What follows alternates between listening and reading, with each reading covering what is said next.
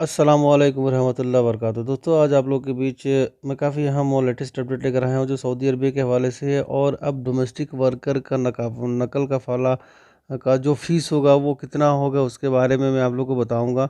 और दोस्तों, काफ़ी अहम जानकारी है कुछ, तो मैं आपसे गुजारिश करूँगा कि पूरी खबर को जानने के लिए वीडियो के आगे तक आप हमारे साथ बने रहें। और खबर पे आगे बढ़ते हुए मैं आप लोग को बता दूँ कि आज 9 फरवरी 2022 में सऊदी अरब में जो कोरोना के नए केस आए हैं 3162। रिकवर जो केस हुआ है 4088। क्रिटिकल केस बना हुआ है 1054। 3 लोगों की मौत हुई है।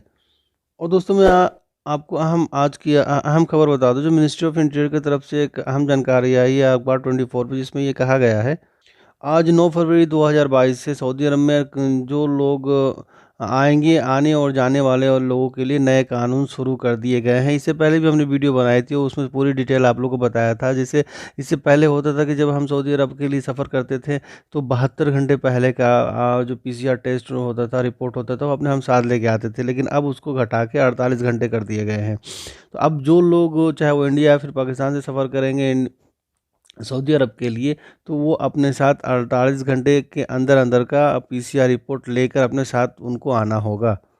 और दोस्तों, और एक अहम खबर बता दूं जो डोमेस्टिक वर्कर के लिए है। जैसे वो हाउस ड्राइवर हैं या फिर शकाला हैं जो घरों में काम करने वाले लोग हैं, या फिर वो चौकीदार है जो डोमेस्टिक कैटेगरी में आते हैं।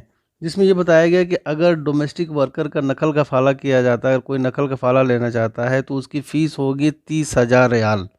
और इसका मेन ये रीज़न है कि रमज़ान आ रहा है और रमज़ान के वजह से काफ़ी मांग है डोमेस्टिक वर्कर का सऊदी अरब के अंदर।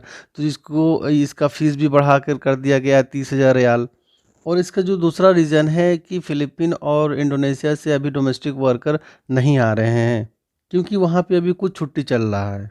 और यहाँ पे एक चीज़ और देखने को मिलता है कि जो डोमेस्टिक वर्कर के जो कॉन्ट्रैक्ट होते हैं वो रमज़ान से पहले ही ख़त्म हो जाते हैं। तो ये भी एक रीज़न है, क्योंकि जब कॉन्ट्रैक्ट ख़त्म हो जाएगा तो उसका रिन्यूअल भी करना होगा।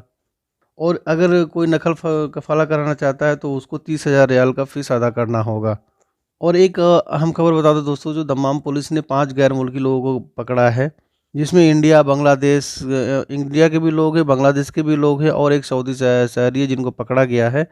जिसमें ये कहा गया है कि ये लोग जिनको पकड़ा गया है गैर कानूनी तरीके से 6,66,000 रुपये भेज रहे थे अपने मुल्कों में।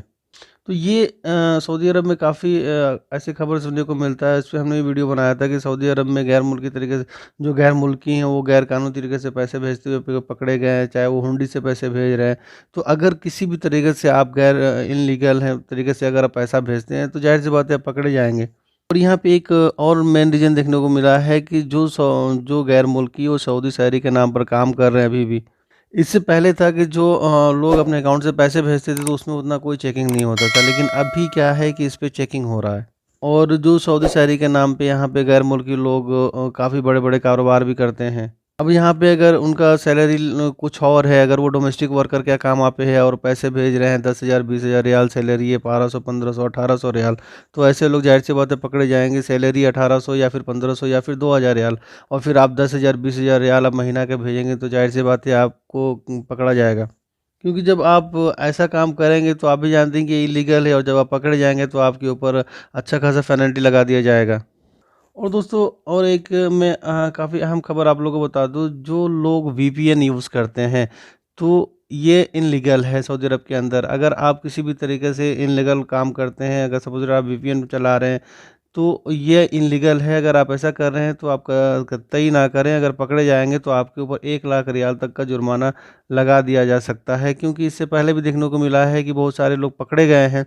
जैसे 10-20 रियाल देकर, 15 रियाल देकर लोग कुछ वीपीएन चलाते हैं, जो अपना नेट यूज़ करते हैं, नेट चलाते हैं, तो ये इल्लीगल है। आपको अगर नेट चलाना है तो आप नेट का सिम खरीद लें लीगल तरीके से, उसके बाद आप नेट यूज़ करें, क्योंकि बहुत सारे ऐसे लोग भी देखने को मिलते हैं। कुछ लोग जो नेट वीपीएन चलाते हैं, जो कहते हैं कि 15 रियाल देकर अपना 28 दिन तक चलाते रहो अनलिमिटेड नेट।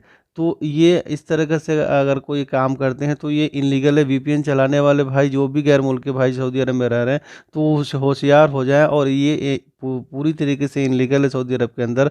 आप ऐसी गलती ना करें। आपको नेट चलाना है तो आप लीगल तरीके से नेट खरीद लें, नेट का सिम खरीद लें, उसके बाद ही आप नेट चलाएँ। और ये जो जो नेट के जो सिम मिल रहे हैं, जो नेट के जो कोड मिल रहे हैं, जो 15 रियाल 20 रियाल के, तो आप ऐसी गलती ना करें। नहीं तो अगर आप पकड़े जाएंगे तो आपके ऊपर 1 लाख रियाल तक का जुर्माना लगा दिया जा सकता है। तो ये थी कुछ अहम जानकारी दोस्तों, जो मैं आप लोग के बीच में शेयर किया हूँ। उम्मीद करता हूँ कि आज को हमारी खबर आपको ज़रूर पसंद आई होगी। इंशाल्लाह मैं फिर किसी लेटेस्ट अपडेट के साथ किसी अगली वीडियो में मिलूंगा। तब तक के लिए अस्सलाम वालेकुम।